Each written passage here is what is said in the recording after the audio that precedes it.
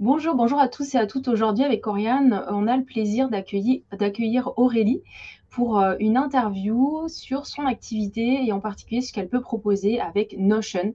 Notion, c'est vraiment le logiciel dont tout le monde parle et peu de personnes finalement perçoivent toute la richesse de Notion et c'est donc d'où l'intérêt pour nous avec Oriane aujourd'hui d'accueillir Aurélie pour ceux qui ne nous connaissent pas. Donc moi, je suis Julie, je suis l'une des deux cofondatrices avec Oriane de Ujo. Et de mon côté, c'est Oriane ici. Je suis aussi la cofondatrice d'Ujo et on est très très heureuse de recevoir Aurélie qui va bien sûr prendre le temps de se présenter et ensuite aussi nous parler un peu plus des méandres et des enjeux et des avantages de Notion. À toi la parole, Aurélie. Merci Julie, merci Oriane pour l'invitation. Moi, je m'appelle Aurélie Pouille, je suis une des clientes de Ujo. Et donc, moi, je travaille sur tout ce qui est optimisation de l'organisation avec les entrepreneurs. Et donc, ça passe par des accompagnements individuels, mais également par la création d'Espace Notion, un outil dont je suis devenue fan. Donc, bah, merci Aurélie pour cette courte présentation. En effet, tu es une de nos clientes depuis pas mal de temps d'ailleurs maintenant. Donc, tu utilises nos packs juridiques. Et c'est en te côtoyant, parce qu'on parle beaucoup à nos clients, qu'on a découvert cette pépite que tu es. Alors, on a beaucoup de pépites, bien sûr, parmi nos clients Ojo, mais voilà, on n'avait pas vu pour l'instant ce genre de profil comme le tien et on s'est dit que ça pouvait vraiment intéresser l'ensemble de notre communauté. Donc déjà, avant de vraiment rentrer dans le vif du sujet, est-ce que tu peux nous expliquer les différents services que tu proposes à tes clients? Alors, comme je le disais, je travaille sur tout ce qui est optimisation de l'organisation, structuration de l'activité. Le but, c'est de permettre à l'entrepreneur de gagner du temps et de gagner en clarté. Et donc, je propose des accompagnements individuels où là, on va vraiment faire un point sur l'organisation actuelle et mettre en place des nouvelles habitudes qui vont être plus efficaces. Je propose aussi des prestations à temps partagé dans les entreprises pour là revoir les processus de façon plus globale. Et je crée maintenant des espaces sur mesure sur Notion parce que j'ai remarqué que beaucoup de personnes, justement, en avaient entendu parler. Comme tu dis, on en entend beaucoup parler. Ce qu'il y a, c'est que Notion, on part d'une page blanche, donc ça peut faire peur au départ. Et par contre, le point fort, c'est qu'on peut vraiment tout personnaliser. Et donc, je propose des espaces sur mesure où on va pouvoir aller analyser l'activité de l'entreprise, si c'est quelqu'un qui travaille seul ou en équipe, et pouvoir mettre en place tout un processus pour un outil pour centraliser toute son activité en fait sur Notion. Alors, allons un peu plus creuser justement dans cet outil-là. Peut-être que certains qui nous écoutent le connaissent, le pratiquent, peut-être d'autres n'en ont absolument jamais entendu parler. Qu'est-ce que c'est finalement Notion et qu'est-ce que finalement ça apporte dans le cadre de tes accompagnements auprès des entrepreneurs? Alors, sur ce que c'est Notion, en fait, c'est un outil no-code, alors qui est super puissant et ultra personnalisable.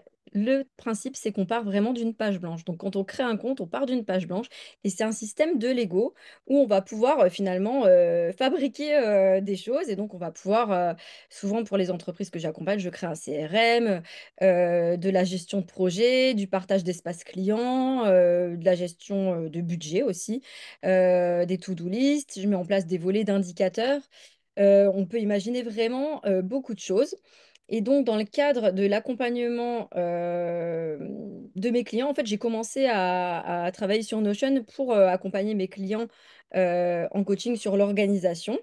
J'avais entendu parler de Notion, ça m'intéressait et j'ai vu vraiment la différence à partir du moment où j'ai proposé un espace client parce que ça a professionnalisé un peu mon activité. Les clients, enfin, je pensais que ça allait être un petit plus, un peu du gadget. Et en fait, j'ai vraiment remarqué une différence parce que les clients étaient contents d'avoir déjà un support, un outil. Moi, ça m'a facilité la vie, ça m'a fait gagner du temps parce que j'avais un process clair. J'ai un nouveau client, je crée l'espace client, je crée un lien Zoom permanent, je dépose mon contrat. Fait par Ojo, bien sûr, les factures sur l'espace au fur et à mesure. Je peux déposer toutes les fiches outils, toutes les méthodes que je vais partager sur leur espace. Et il y a aussi ben, le compte-rendu de chaque séance. On travaille ensemble. Le client s'engage plus en fait avec l'outil parce que là, c'est vraiment noté. Ben, pour la prochaine séance, je m'engage à faire ça, ça, ça. Souvent, avant, on prenait des notes chacun de notre côté. Et puis, ben, la séance suivante, parfois, c'était ah, mais j'ai pas tout à fait noté ce que tu avais noté.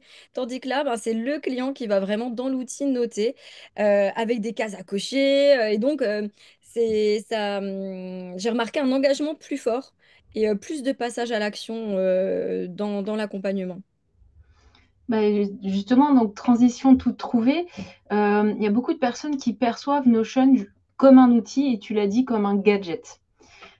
Comment, donc on voit bien, hein, tu as effleuré le sujet, que c'est pas du tout le cas chez toi. Est-ce que tu peux un peu développer ce point?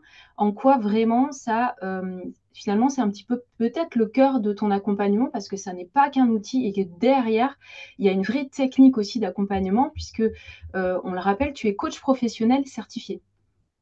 Oui, alors en fait, pour le côté gadget, je pense que quand on s'y met vraiment, qu'on investit du temps dedans, ça va vraiment permettre de structurer son activité. Quand je crée l'espace Notion ben, d'une entreprise, je vais vraiment devoir aller approfondir les process et un peu challenger la personne ou les équipes hein, sur les process actuels et pouvoir les poser à plat et les systématiser.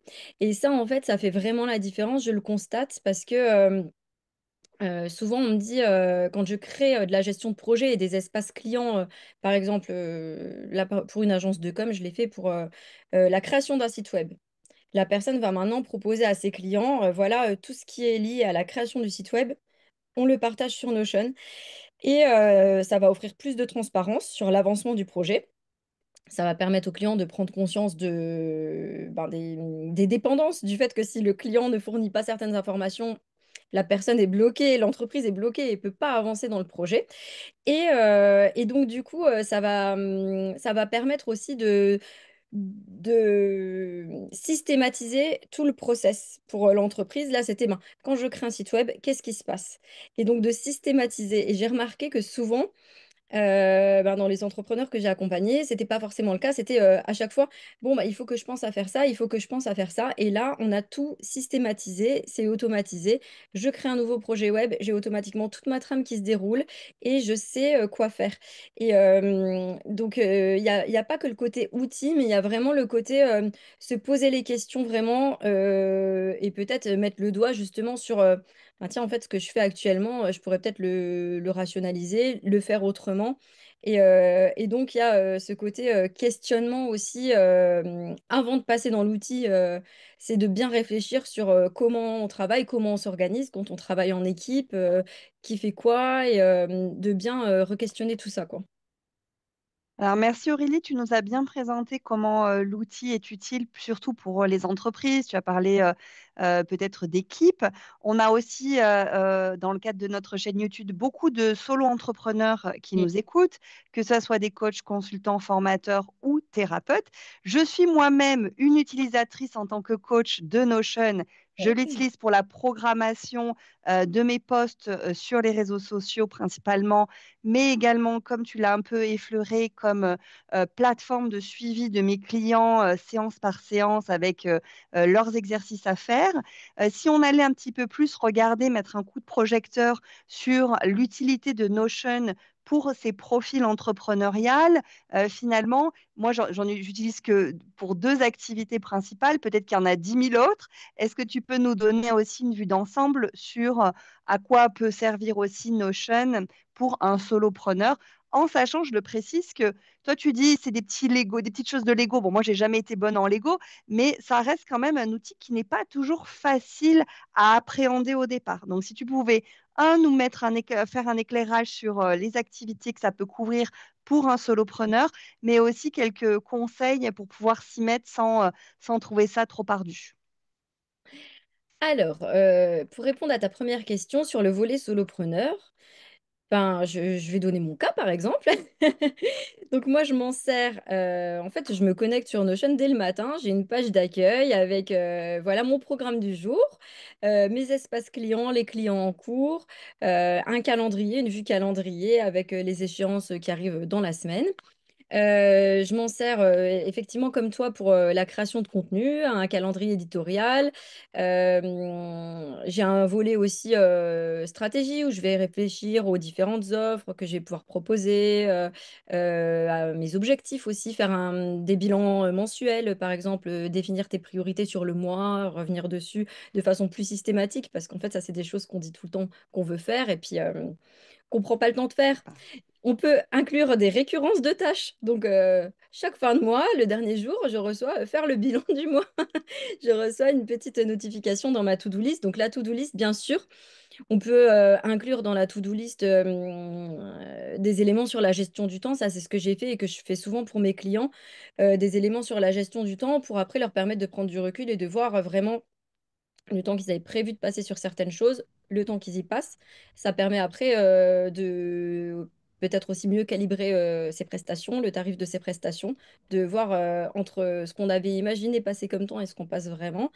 Moi, je l'utilise ben, pour gérer mon budget, voir où on en est sur ben, les paiements en plusieurs fois, qu'est-ce qui reste à encaisser, dont la facture a déjà été émise, ce qui va tomber à un moment donné. Donc, ça permet d'avoir un suivi assez précis de son budget. Ben, la gestion de projet, ça, c'est quand même important. Et, ben, les espaces clients. Ouais, les espaces clients, là, notamment pour la cible dont tu me parlais, Oriane, c'est vrai que moi, ça m'a fait gagner beaucoup de temps, personnellement. Mais voilà, j'ai aussi remarqué la différence d'approche de, dans la façon de faire finalement. On travaille et on avance de façon un peu plus cadrée, j'ai l'impression. Ouais. Mm. Et alors, pour s'y mettre, deuxième question, c'est un peu difficile à répondre parce qu'en fait, moi, je pense que naturellement, j'aime bien aller creuser. Et je remarque que pas forcément le cas de beaucoup de monde. Donc j'ai un peu de mal à te répondre à ça. Moi, je m'y suis mise vraiment en allant creuser, en voyant bah, qu'est-ce qui est possible de faire, comment le faire, trouver des idées. Moi, j'adore ça. En fait, avant, dans ma vie d'avant, je faisais des reportings financiers sur Excel, j'automatisais, j'ai appris à coder toute seule et tout ce qui peut faire gagner du temps et éviter les tâches répétitives. Moi, j'adore ça.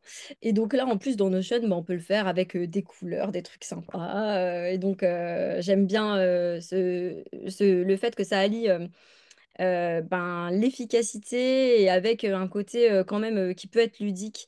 Et donc, c'est ça aussi, c'est de pouvoir personnaliser son espace pour que ce soit un endroit où on ait envie d'aller tous les jours, quoi. Bah, c'est génial, Aurélie, tu me donnes vraiment un aperçu formidable de Notion. Juste pour terminer, tu disais ça m'a fait gagner du temps. Est-ce que Hmm. tu pourrais le quantifier comme ça qu'on ait une petite idée si tu vois demain on a des gens qui nous regardent là, des coachs, thérapeutes, consultants, formateurs qui nous regardent et qui hésitent un peu à le faire, à sauter le pas. Concrètement, ça veut dire quoi? Combien d'heures par semaine, par mois, à vue de nez, hein? Et c'est un peu difficile à dire, à quantifier. Ça, je ne l'ai pas fait sur Notion, de quantifier le temps que je gagnais. Par contre, effectivement, pour un accompagnement, ben, là maintenant, j'ai des donc, templates en place.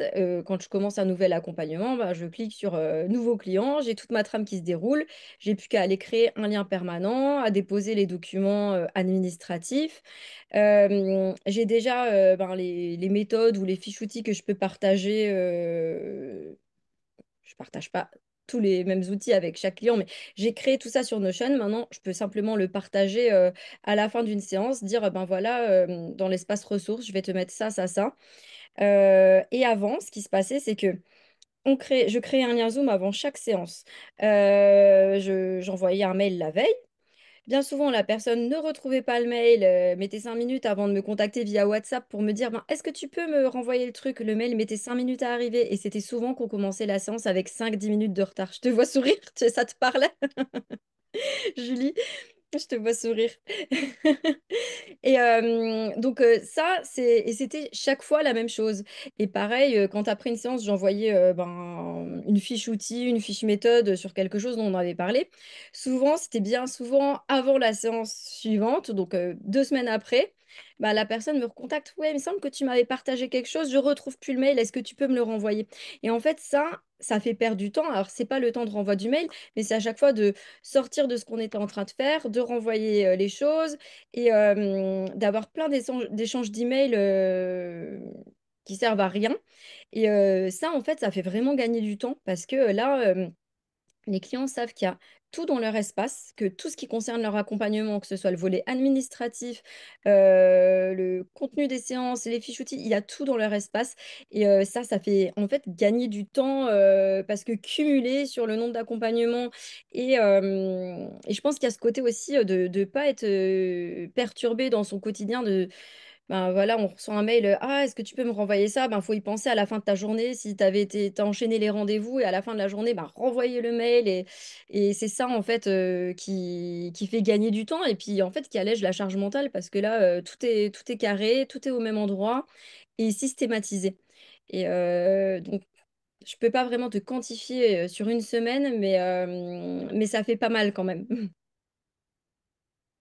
C'est très riche tes partages. Je pense que ça donne beaucoup envie aux personnes qui nous écoutent et qui nous regardent de se pencher sur cet outil-là parce qu'on sent que c'est une approche 360 qui peut nous permettre, grâce aux automatisations, de gagner autant de temps dans sa stratégie de déploiement d'entreprise, mais aussi, quelque part, avoir un espace qui permet à ses clients de sentir dans l'accompagnement le côté professionnel rigoureux, suivi, etc. Donc, ça couvre tant notre profil de chef d'entreprise que notre relation client. D'ailleurs, on n'a pas parlé, mais on pourrait aussi en parler longtemps. Il y a aussi toute la stratégie de prospection qui est possible Mm. par ce biais-là. Tu as évoqué le CRM.